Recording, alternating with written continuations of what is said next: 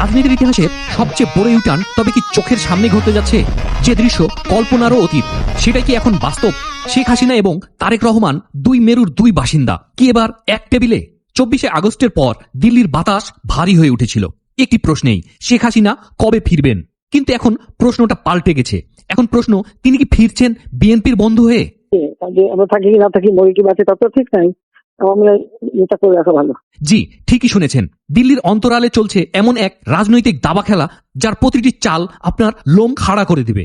দিল্লিতে বসে শেখ হাসিনা কি শুধুই অবসর কাটাচ্ছেন, নাকি প্রস্তুত করছেন এমন এক রাজনৈতিক সাইক্লোন যা তছনছ করে দিবে ঢাকার বর্তমান সমীকরণ? ভারতের প্রভাবশালী সংবাদ মাধ্যম G24 ঘন্টার সাথে তার সাম্প্রতিক কথোপকথন সাধারণ কোনো সাক্ষাৎকার ছিল না। এটি ছিল সিগন্যাল, একটি বার্তা যা তিনি সরাসরি ছুড়ে দিয়েছেন ঢাকার ক্ষমতার আলিন্দে।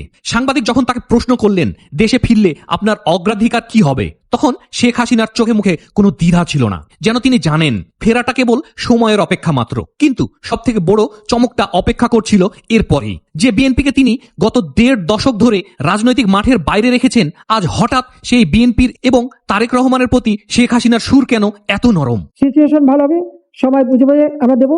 জেলাগুলিতে আমরা বলেছি যেসব জেলা এখন, কেন তার কণ্ঠে পুরনো সেই ঝাঁজ নেই? তবে কি শত্রুর শত্রু আমার বন্ধু, এই নীতিতেই হাঁটছেন প্রধানমন্ত্রী শেখ হাসিনা?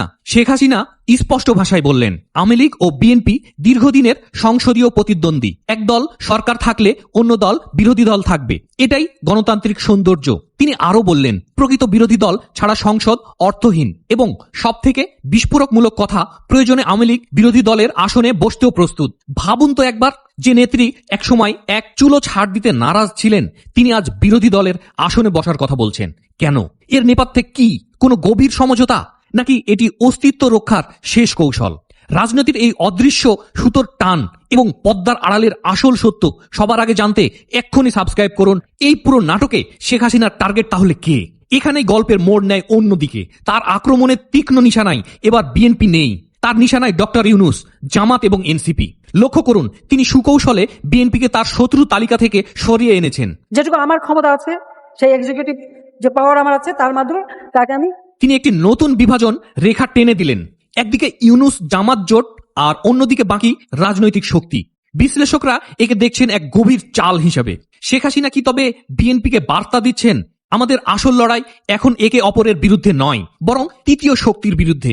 দেশের আদালত যখন তার মৃত্যুদণ্ডের আইন প্রক্রিয়া চালাচ্ছে, দল যখন নিষিদ্ধ হওয়ার শঙ্কায়, তখন শেখ হাসিনার এই কম্প্রোমাইজ কার্ড কি তারেক রহমান গ্রহণ করবেন, নাকি বিএনপির দীর্ঘদিনের বঞ্চনার ক্ষোভ এই সমঝোতার প্রস্তাবকে ছুঁড়ে ফেলে দিবে? শেখ হাসিনা কিন্তু থামেননি। তিনি নিজের দলের ভুলও স্বীকার করেছেন অকপটে। তিনি মেনে নিয়েছেন আওয়ামী লীগের সংস্কার প্রয়োজন। তিনি চান তোষামতকারীদের সরিয়ে নতুন শিক্ষিত এবং সাহসী তরুণদের হাতে দলের হাল তুলে দিতে। তিনি বুঝতে পেরেছেন পুরনো কাসুন্তি ঘেটে আর রাজনীতি হবে না। কিন্তু প্রশ্ন হলো, মাঠ কি এখন আর সেই আশঙ্কায় আছে? অর্থনীতি স্থবির, বিনিয়োগ থমকে গেছে, দ্রব্যমূল্যের আগুনে পুড়ছে সাধারণ মানুষ। শেখ হাসিনা বলছেন, দেশ এখন মব জাস্টিস চলছে, আইনের শাসন নেই।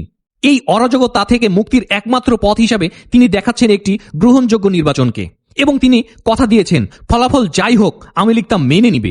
দিল্লির এই বার্তা কি শুধুই রাজনৈতিক স্ট্যান্ড, নাকি তলে তলে বিএনপি ও আওয়ামী লীগের মধ্যে কোনো গোপন সমঝোতার খসড়া তৈরি হয়েই আছে? আন্তর্জাতিক মহল, বিশেষ করে ভারতের ভূমিকা এখন কি? রাজনীতির দাবাবোর্ডে রাজামন্ত্রী সব নড়ে চড়ে বসেছে। শেখ হাসিনা চাল দিয়েছেন, এখন অপেক্ষা তারেক রহমানের প্রতি চালের। আগামী কয়েক সপ্তাহ বাংলাদেশ রাজনীতির জন্য হতে যাচ্ছে নতুন শ্বাসরুদ্ধকর। পুরনো শত্রু কি তবে নতুন মিত্রে পরিণত হবে, নাকি সংঘাতের আগুন আরো দাউ দাউ করে জ্বলবে? এই উত্তেজনার শেষ কোথায়? ভিডিওটি ভালো লাগলে লাইক দিন এবং কমেন্টে জানান আপনি কি মনে করেন। বিএনপি কি শেখ হাসিনার এই সমঝোতার প্রস্তাবে সাড়া দেবে? দেখা হবে পরের ভিডিওতে।